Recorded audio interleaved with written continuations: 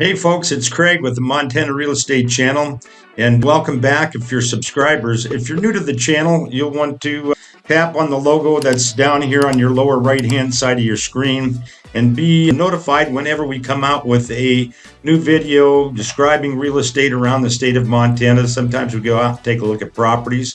In this particular video, what we're going to do is, it might be just a little bit dry, but it's good information, because what we're going to do is we're going to talk about easements. We're going to talk about covenants, or what we call CC&Rs, and we'll also talk about homeowners associations and road maintenance agreements. Those are all things that may be very important for you as a purchaser of vacant land or a property in the state of Montana. So we're going to go out and take a look at some examples. We're going to take a look at some of these items on paper and talk about what they mean. So it's a bit of a dry subject, but we'll try to make it as fun as we can. And so if you'd like to subscribe, comment, please, everything to get a hold of us, whether it's email, text, or giving us a call, is all in the description below. We appreciate you folks, and I hope you get some good information out of this video.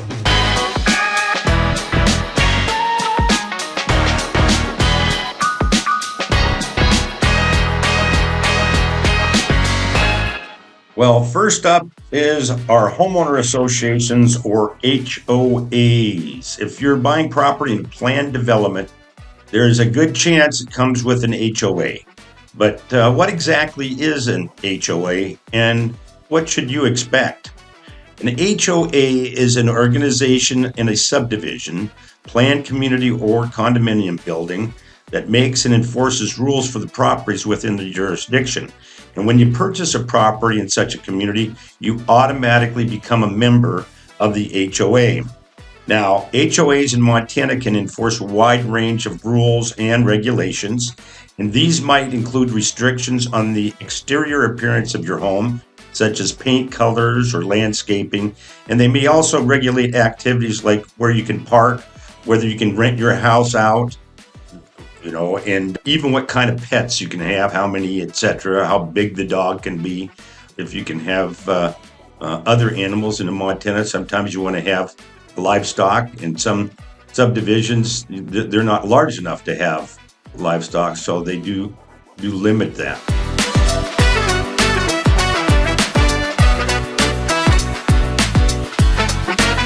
Let's take a look at an example. This is for Creekside Meadows Homeowners Association. We see that here, Homeowners Association Creekside in Stevensville. We've done a video on this particular subdivision on a couple of our videos so that you can see it, but we're also going to take a look and see what it looks like. Our HOAs here, this is actually in the town of Stevensville. It is a development.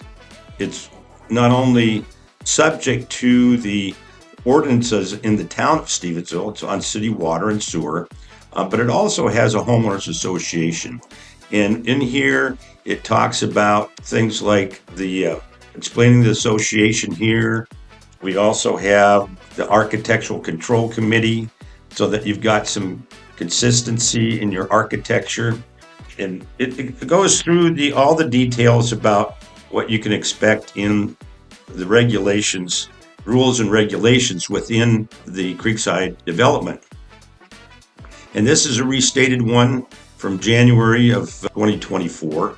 And a couple of things to point out here is that whenever you have one of these homeowners associations, they're going to give you some definitions, like what is a lot, what is an owner, properties, the subdivision, and then it identifies the homeowners association, and who are members, of course, are people who own the lots.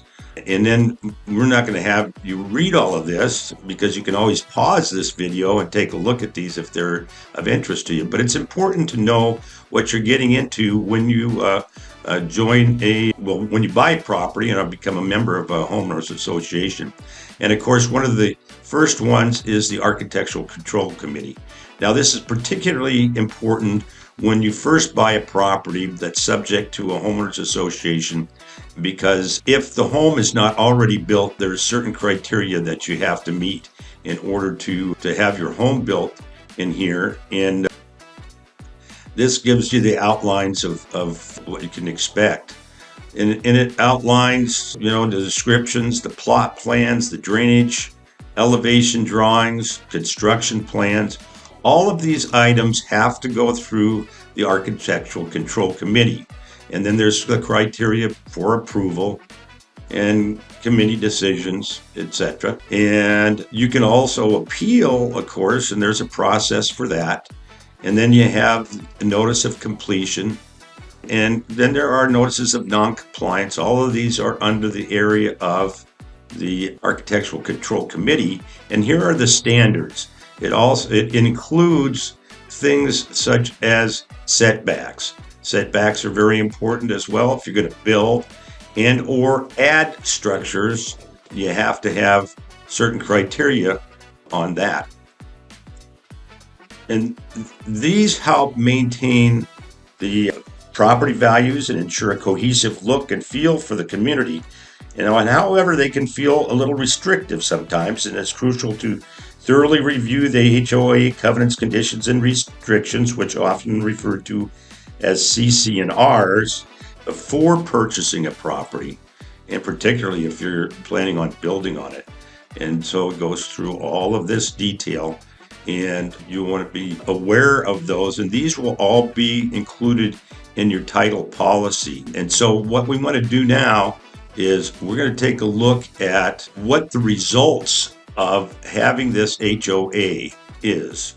And we're going to go take a quick little tour through Creekside Meadows, so just so you can see what the results are in this particular case. So at any moment, you could always pause the video and take a look at these CC&Rs HOA documents more carefully if you're wanting to see what they. This is Creekside Meadows, and this is what Creekside Meadows looks like. And this particular video was taken sometime in the early spring before the trees leafed out, but you can see there can even be landscaping that's involved with it. Another important aspect of HOA is the fees. Now, these fees can vary widely from a few hundred to several $1,000s per year, and they typically cover maintenance of common areas, landscaping, and amenities like pools, gyms, or clubhouses if you have them. This particular subdivision does not have those amenities, and you'll find that the HOAs and covenants for most the HOAs in Ravalli County are pretty similar to those that you see at Creekside Meadows. Now, these are the HOA documents for another subdivision and development in Ravalli County called Wildflower. And in here, you'll see they're going to be very similar type of CC&Rs to what we saw over on Creekside Meadows. Now, Creekside Meadows was in the town of Stevensville, and of course you have the city services here. You have the road maintenance is handled by the Homeowners Association, and in addition to that, there's a community water and sewer system, because this is actually in the county of Ravalli, which is a little different than being in the town of Stevensville. So it outlines the elements of the community water and sewer system, and we can see that here. And the documents also cover the elements of fees and assessments, and these documents will outline what the responsibilities are for paying those, and also what happens if you don't pay the assessments. So these are all parts of the Homeowners Association documents, which are going to be available to any potential purchaser.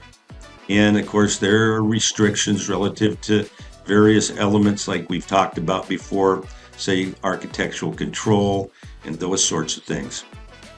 So all of this will be part of your purchase and in your title policy.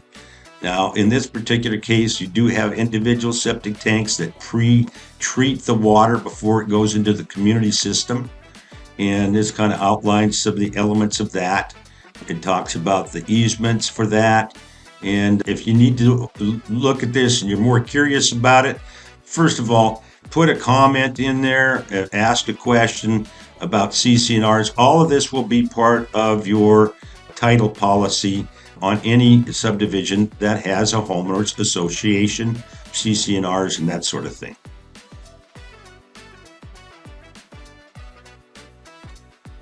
This is the result of the Homeowners Association and the CC&R Wildflower subdivision, and you can see beautiful homes. Now these homes are all on lots of about 1/4 of an acre, and then in the middle of it is where your common area is. This is an approximately 5-acre parcel. It's a park. This is where your water comes from, and it also is the location of your community sewer system. So while this is not in an incorporated town, it's part of the county. It is a lovely neighborhood. You can see it's got great curbing, nice streets, paved driveways, wonderful landscape. And the HOA and the CC&Rs help maintain the character of this neighborhood. So homeowners associations can be very good. It just depends on whether or not you feel it's too restrictive. So you have to do your research ahead of time. But this is a wonderful neighborhood, and the values are maintained. Now let's take a look at an area that doesn't have any covenants, and no homeowners association, no road maintenance agreement. And you can see there's a lot of mix of property here, beautiful mountains in the background. But these properties can get what we might call junked up a little bit. And so in order to get to our next examples of homes in the area, you have to drive through this area on basically a single lane road that is just not very well maintained at all because there's no agreement between the parties. Now, just up the road a little bit, larger acreage, you have these beautiful homes, but their values are certainly impacted by the properties that you have to go through in order to get here. So whereas if you spent the same amount of money in a place with a homeowners association, you probably would have higher values. The other element of a homeowners association is a road maintenance agreement. You might have a road maintenance agreement without a homeowners association, but many homeowners associations in rural Montana are really about road maintenance. And in this particular road, you can see it's a little tougher. It's hard to tell.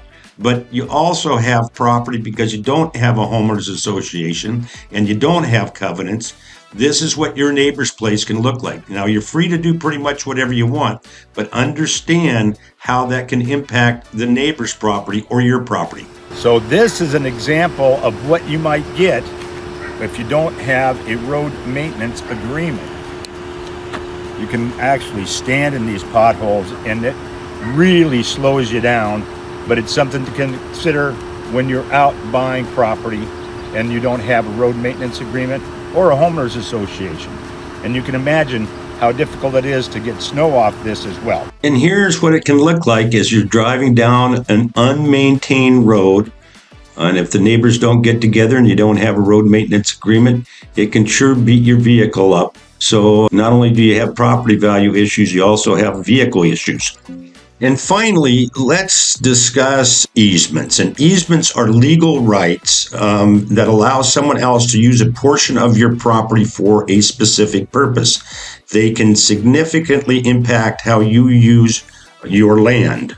There are several types of easements commonly found in Montana, and utility easements allow utility companies to install and maintain infrastructure like power lines, water pipes, gas lines, even fiber optic for your internet. And there are also access easements that provide access to properties that would otherwise be landlocked. And you have to understand how those easements affect the property that you're perhaps going to purchase. And all of that information would be part of a title policy. Another important element of easements is for access to water, irrigation water specifically. And in the state of Montana, water is extremely important. In fact, there's an old adage that says whiskey is for drinking, water is for fighting. And so messing around with people's water rights or not having the easement to access water can be very important and is often overlooked by many agents in the business. As a matter of fact, I had a great uncle who was shot over a water dispute and eventually died from his wounds. So it's serious business. So let me show you an example of what I'm talking about. Now, in this particular case, we had a property that was located right here. It was just about 3 acres. And that property had water rights from Blodgett Creek. Unfortunately, when they did the subdivision, which you see right here, basically this area, there was no easement that was provided by the developers to get the water to this subdivision.